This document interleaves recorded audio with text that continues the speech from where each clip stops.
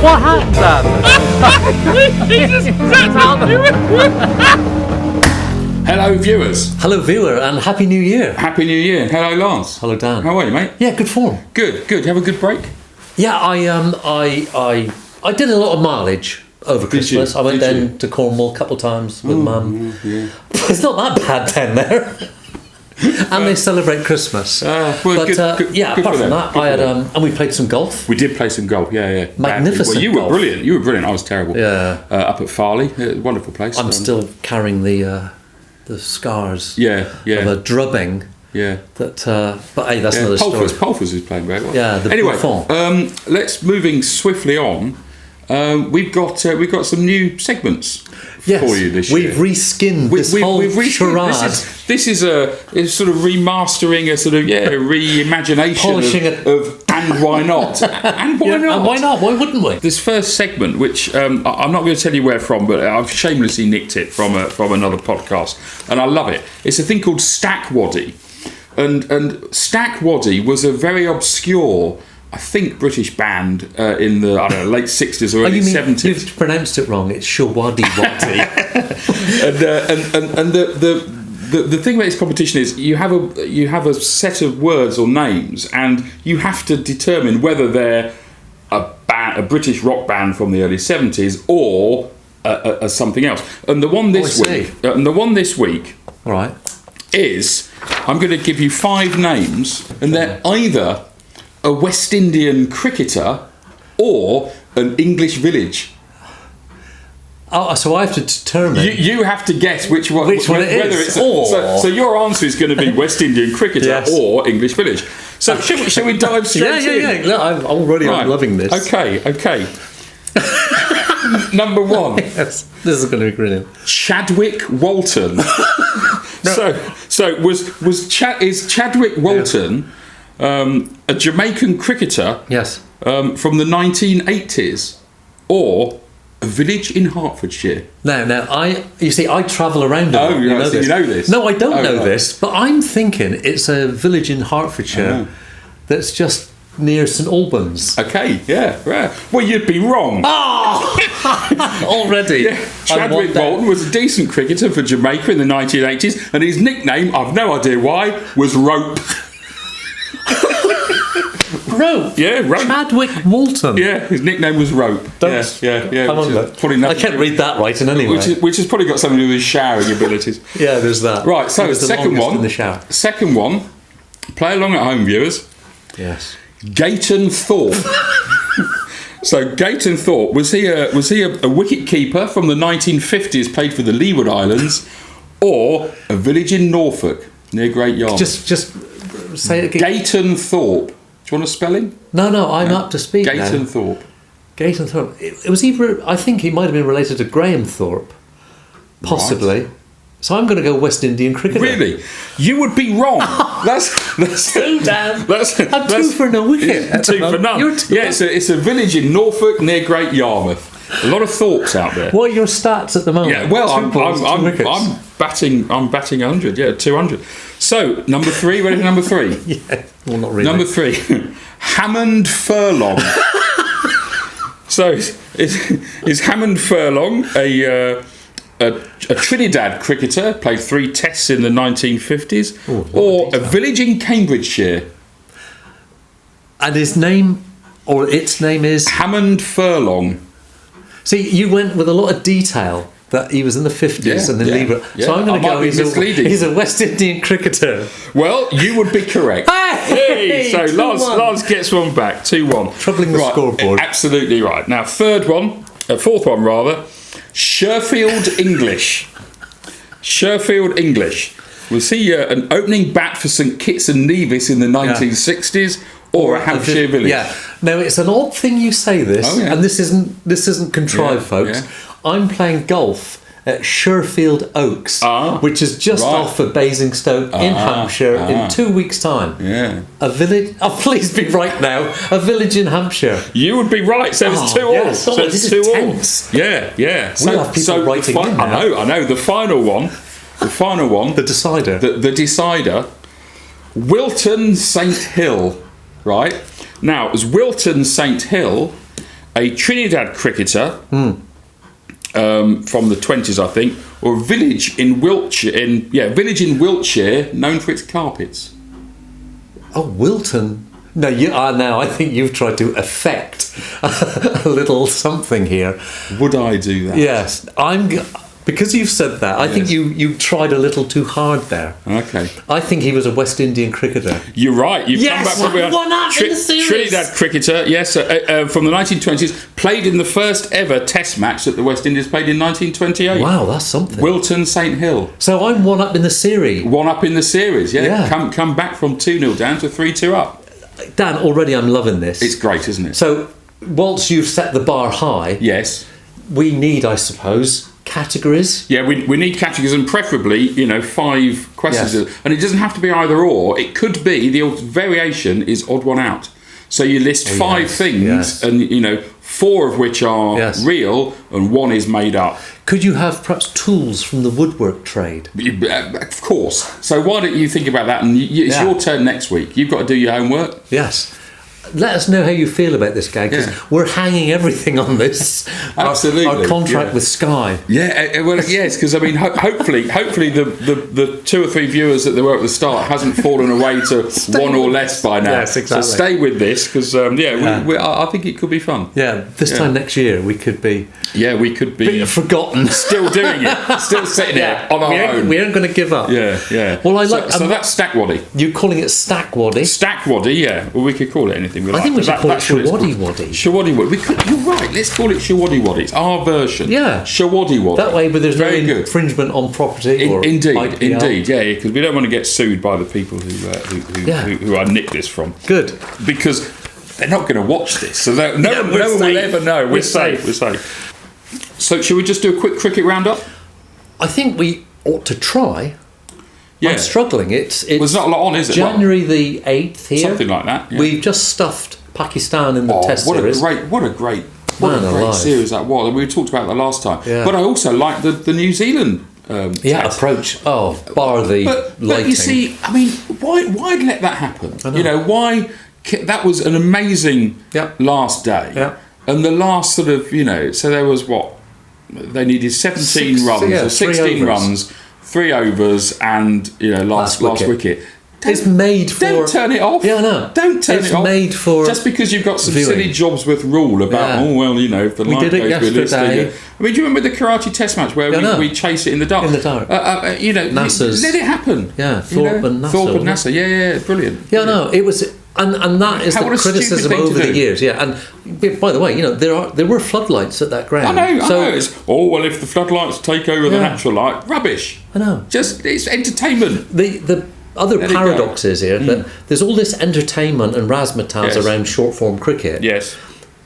And floodlights and all that goes with it. Yeah. Yet one stupid old-fashioned rule and attitude says, no, the very pinnacle of this game that's lasted 5 days, we're going to deny everybody. When the whole move in cricket is about entertainment. Exactly. Yeah. So it's just, sort it out, authorities, because whoever you are. You made us boo-boo. It must be ICC. Yeah. I noticed there is 1 or 2 people making big noises now that this has got to change. Yeah, it has to. Well, we've just done it. Well, we're big noises. We make big noises. We've shared a room together. Oh yeah. So you're right. So apart from that, I mean, the Big Bash is going on. That's always good. Yeah, it's always good. But there's not much else to report. No, there's not much else. Though I've got a question for you, and one for you at home viewers to give us your thoughts. And it's. We were so brilliant in Pakistan. Bairstow, let's assume he's going to be back for the Ashes, and obviously, baseball is a thing. So Bairstow's there. Bairstow fits. How do you make way for Bairstow? Well, off camera, we've had this discussion before. My view is this: sadly, I think Folkes drops. Bairstow comes back as keeper batsman. And in at 3 or 4, or even opening, because we're playing on English wickets. Yes, Folkes is the best keeper we've got, but I think his skill set comes into play when we're playing in Asia on turning pitches. That's when you need your best keeper. Okay, you see, counter view from me, I would suggest that you should always have your best keeper. as a bowler, I feel that you want your best keeper behind the sticks, and I think Folkes is a significantly better than Bairstow. Okay, so how do you keep Folkes in the team? I think that Duckett, brilliant though he was in as a specialist player of spin, and I don't think he would do the business against. He was picked for Asia, wasn't he? Yeah. So I would, and that means does Bairstow open, or you might have to jig around the order, but I think with Basball, it doesn't really matter who's opening. So I'd go in with that Bairstow opening. I could just see him sort of, pinging Stark over extra cover for 6 in the first over. Bring it on, I say. Viewers, what do you think? Well, the other thing is, Dan, we're going to the Edgbaston Test. We are going to the Edgbaston Test. Because a few of us chaps got together and we've booked ourselves. Is it Sunday, Monday? Sunday, Monday. What's that, day 3 and 4? It starts Friday. Yeah, it'd be day 3 and 4. Yeah. Day 3 and 4. Yeah, so look out, Birmingham. Look out, Birmingham. The Hollis stand, Are we in the Hollis stand? No, we're not. No. I've been in the Hollis stand. That's and a we're not rocking going there groove. again. That is a rocking something groove. else. Yeah, it's a rocking groove. Talking of rocking groove, I've got an album of the week later, and we'll park that. Yeah, good. The thing I'm kind of running up to now is another feature we're doing, folks. Yes. Which is about forgetfulness. Before we get to that, what I want to do is, what opening batsman have England had in the last 2 years? The tall fella. Yeah, I know. Yeah. Let's see if we can name, because I've forgotten. I can't. There's the stocky fella. Dave Lee, was he called? No, Lees. Yeah, someone Lees. Yeah, is that him? Lees. Yeah. And the tall fellow was Crawley. Yeah. Who I only know because he played in the Big Bash match. That's right. For Hobart or which one? Yeah. Who else have we had? With the Asian guy who made a one. Oh yeah. From him. Lancashire. Yes, him. Yeah. There's others. Yeah. And the others. So which leads us nicely into something. Well, no, I was going to say. Well, yes. No, but things that we've forgotten, because we've forgotten 2 other features, right? Already. Yes. One is rant of the week. Oh yeah. And I've got a very short one, a very short rant of the week, and it sort of fits around the theme we were just going into about sport should be entertainment. And there's the clock going, and all right, and this one is just the World Championship of Darts. It's midnight though. No, the World Championship of Darts, and darts. I know. It's great entertainment, but it ain't sport.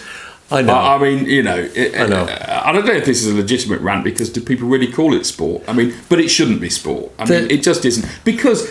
For me, sport requires... what's the definition of sport? It's not really a definition of sport, but I think sport requires something that's not just you, kind of on your own, doing something. Like golf?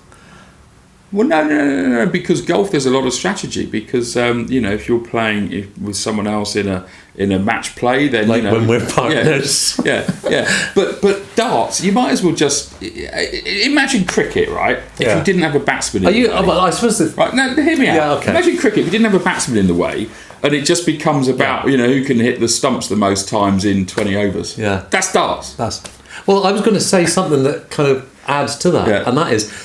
Do you need your opponent there, actually? You don't. You don't need your opponent there. You could do... That's how you make it entertaining, having your opponent there. So it's great entertainment, but it's not sport. I know. And I think, is the entertainment also fueled by the crowd?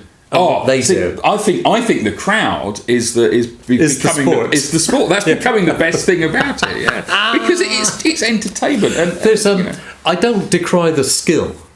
Oh, of course it is. That stuff and the mathematics. And the guy who does the scoring and all that, that's all part of the... It's all good stuff, but it's entertainment. Don't call it sport. Okay. Viewers, you may have a counter view. Yeah, please. And any other sports. Yeah, any other sports that aren't. That aren't. Yeah. Yeah, we'll come back to that. I think we should lean on the viewer to absolutely add it, and we'll build it into our series of why not over the season. Yeah. Good. So what's next? Because I've forgotten.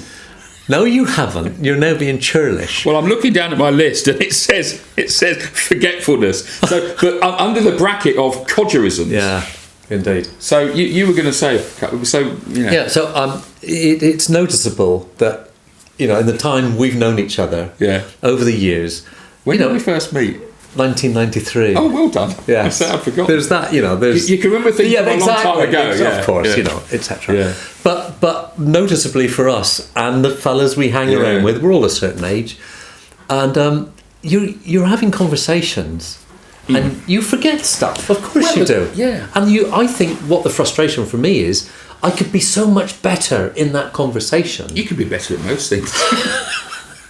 If I remembered. You're absolutely right. And how often do you walk into a room, I've left something in that room, you walk into the room and you've forgotten what it was you've gone to look for. There's that. And I go into rooms thinking, I'm going into this room to do something. Yeah. And by the time I got there, I don't live in a house like this, folks. Yeah. My rooms are just like there and there. And I get in there and I start staring at the floor, thinking, what the hell am I doing in here? But isn't there something? There is. So codgers, I know. There's hope. One or two of our viewers are of a certain age too, and maybe identify completely with what we're just talking about. Yeah, you bet. And there is hope. I read something the other day, and it basically that.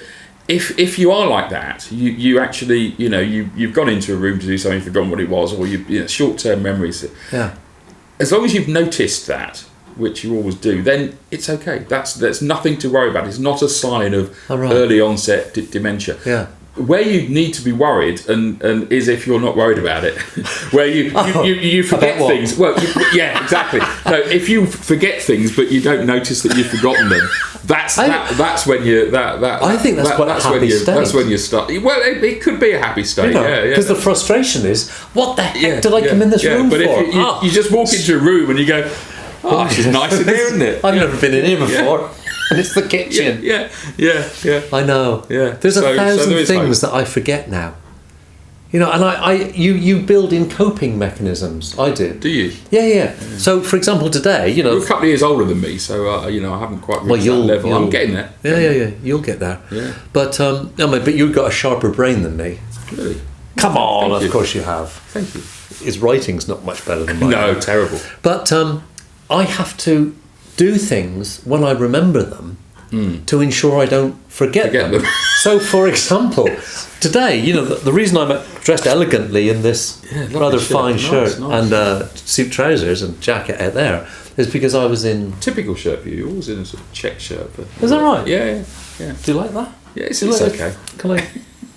So what I do is I travel in a tracksuit. So when I drive... Travel in a tractor... You should. You'd be great in a tractor. I went to Ford Prison today, which is in Arundel. Yeah, Ford how lovely, how beautiful. Arundel. If I was I'm going to be filming a game at Arundel next year. Yeah, I've got a game to film at Arundel. I've done. Matt has played at Arundel. I've played there twice. Yeah, it's a fantastic. Beautiful. And John Barclay.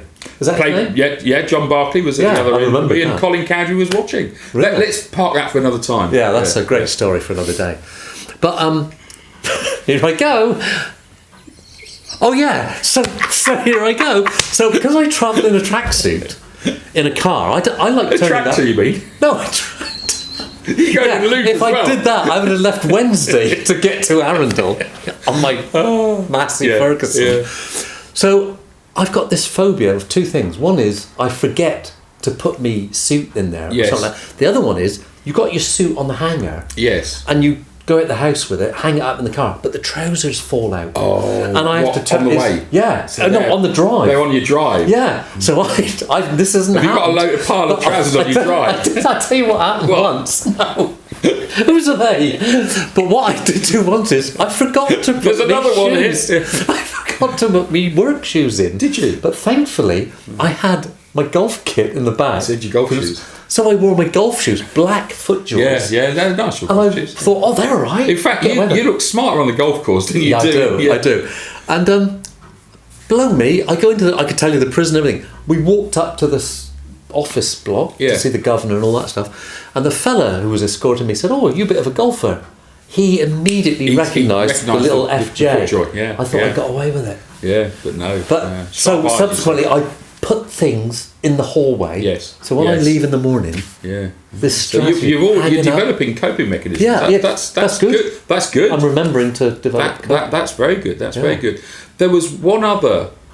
No, I haven't forgotten. I think No. There was one other codgerism that we did talk about, but we didn't write down. We forgot. We're buggered now, then. Well, no, it was. We talked about it quite a lot. It was about. It's a little bit about, we've touched on it before, about your need to for frequent toilet breaks. Yeah, but that's not forgetfulness. No, it's not. But it's codgerism. It's codgerism. Yeah. Right. And we were going to talk about this. Yeah. And the strategies. Yeah, If you're on a bit of a pub crawl or you've got a long journey home or whatever, then what are your strategies to get from A to B? With with I mean, do you build in 2 toilet breaks on the way home?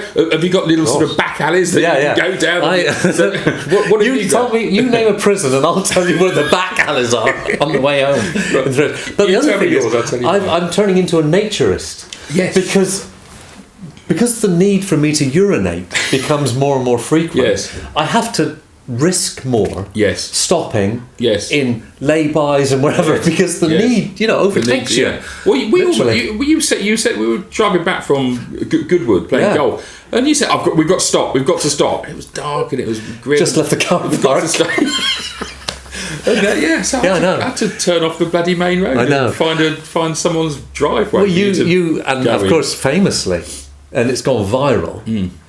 I urinated in the Sultan of Brunei's back garden when we were down at Engleworth Green. Yeah, Englefield Green. Yeah. That might be the only clip that we can put in this week's video. But I've got one. My story is I went on a pub crawl rather stupidly in London with Jallan and a mate of his from university, and it's I was drinking halves to their pints, but it was still a bit heavy. And we started off in the West End, sort of Covent Garden way, and then we went across the North Bank to along the Strand to the city. We took in all the good pubs. Lovely. Yeah, but it was a Sunday late afternoon, early evening, and of course you get to the city, no pubs open. And I was really in dire need. Yeah. And I said, look, I know one that might be open. It's a pub I used to go to when I was much younger working up there, and it's the Pavilion End, which is a good old cricket pub. And so pace has quickened up, and we're on the way to the Pavilion End. Good pub. And get there, shut. And it's, oh my God, what do we do now? I know, we've got to go. Oh, it's shut? Shut, yeah. So I'm stranded. I'm stranded and really in need. I mean, you know what it's like to be in need. The younger ones can cope, but we can't so much. Anyway, so it's like, okay, look, we've got to go south of the river. Over the Millennium Bridge, the one that sort of used to sway with. Which doesn't help if you've got a bladder problem. Yeah, so anyway, we're going over the Millennium Bridge, and I'm sort of walking faster and faster. And I think right at the other side, there's the Tate Modern, right? The Tate Modern, and there's some bushes there. So I'll be fine, right? Get over there, right? And I by the time we get halfway over the bridge, I'm starting to jog a bit, Some may say run. Phew. and anyway, we get. I don't know. We get over there and tourist city. So there's no way I can use the bloody hedges in front of the Tate. so I sort of turn left, and I'm running at this stage as fast as I can run, which is not fast, but it's okay. That's true. And I managed to just make it to the Anchor Bankside pub, and I'm past the Globe, past and You've never in the outfield. I get into the. No, I've been quicker. I'm quicker running there than I ever was playing cricket. Yeah, and I just made it into the Anchor Bankside. And I suppose the sound of running water, the Thames didn't help. Next to you, didn't help. You're on the embankment. Yeah. My goodness. Absolutely. So my valve system downstairs would come onto my Fluff Filter in a minute. Yeah. But my valve system, I don't know what happens, but I'm early 60s now, but it wasn't like this before. So have I worn out the stopcock that thank you very much, probably, that allows me to say, I might need a wee in 20 minutes. I mean, we'll probably get people saying, Lance, you should go and see a doc about it. It might be prostate problems, but thanks, viewer, for thinking of me. Let's see if there's you've done all that. I've done all that. And he said there's nothing wrong with me. Well, it might be because you little bladder. Little man, little bladder. When he says little bladder syndrome, when they say how's the pressure and all that stuff is fine. Yeah. So in theory, I haven't got much wrong with me. Yeah, well, they ask you that stuff. Do they? And then they do this little procedure. Oh, God. And I said, do you do this often? He said, not really. I said, do you like to keep your hand in? Thank you very much. On that note, I think we'll just have a little break, and we'll see you after the break. I'm not sure if this is allowed. But then he makes sure he's on the field of play before he starts putting his thigh pad on. Beautiful. And he's away. Welcome back, viewers. That was a sesh. Yeah. I've just been for a whittle, by the way. Two. Yes. So anyway, now you've The first one was too late.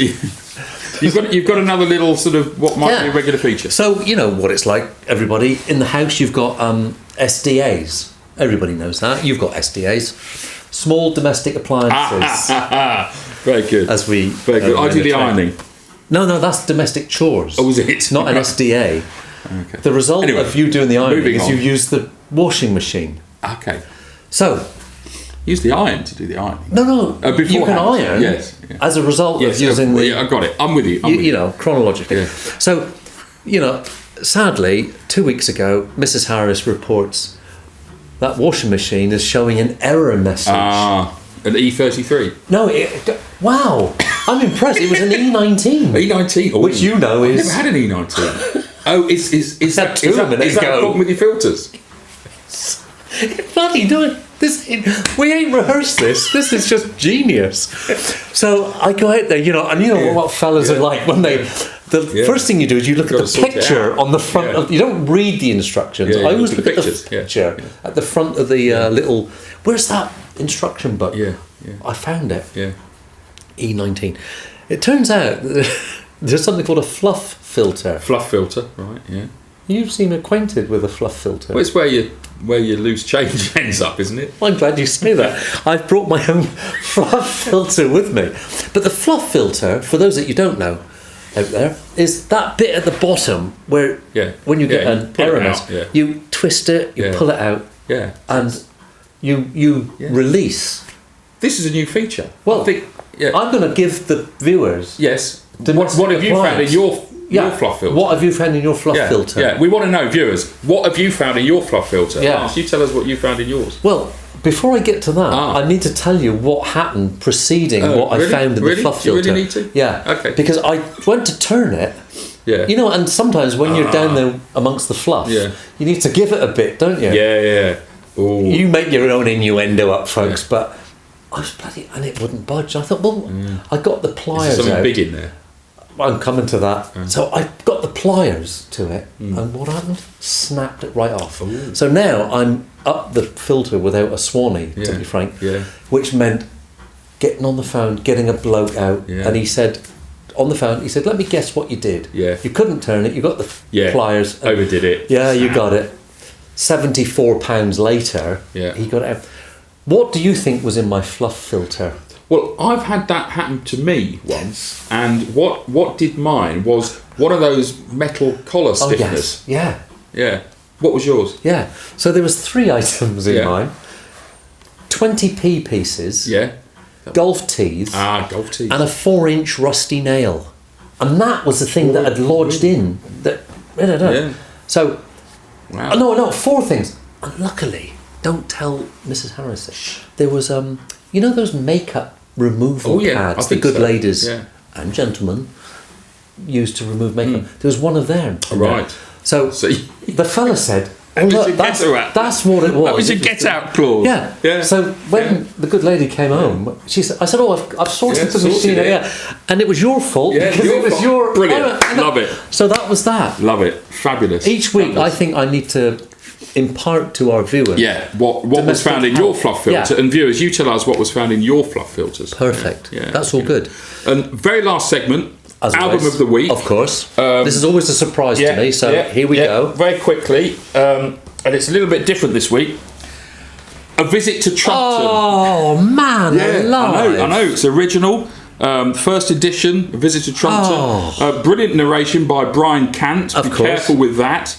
Brian's a funny name. Very funny name. And look, you've got the stuff on the back. Yeah, it's wonderful. I remember having this when I was a kid. Music for pleasure. I think 1964 this was. Yeah, you got tick-tock track, chime and clock theme, Trumpton, to and fro, the duck song, Chippy Minton's song. These are villages in Hampshire. They are. Yeah, so I used to love that. Can I hold it for a moment? You can. Be careful. It's very valuable. It's worth about £1.50. Did you watch all of these? Yeah, of course I did. Cameraman Green and the Chigley iconic soundtrack to Trumpton. Yes. We should play that as a jazz bass underneath this rubbish. But I don't know that I've got this one. But you've got a Trumpton album? No, not this one. But what I've got is in 1967 when my parents bought me a little record player. They bought half a dozen. Oh, really? I've got them. Pinky and Perky. Yes. Everyone had Pinky and Perky. I loved Pinky and Perky. What about Tinker and Tucker? Well, I'm not some pervert. Man alive. Yeah. Script by Gordon Murray. Yes. Narrated and sung by Brian Cant. Freddie Phillips. Yeah. Oh, these are fantastic. Yeah. And how long have you had this in your possession? Well, ever since I think it was, since when I was a kid. So read that. I was probably 5 when. From the BBC television Watch with Mother series. Yeah, Watch with Mother, wasn't it lovely? What time was that on it? It's at 1 o'clock. Yeah, something like exactly. That. Yeah. Oh, there's no inner sleeve. So we just got, so Mother would have a scratch the buggery. Look at the scratches on that. I must have had a go at that when I was a kid. You probably can't see that.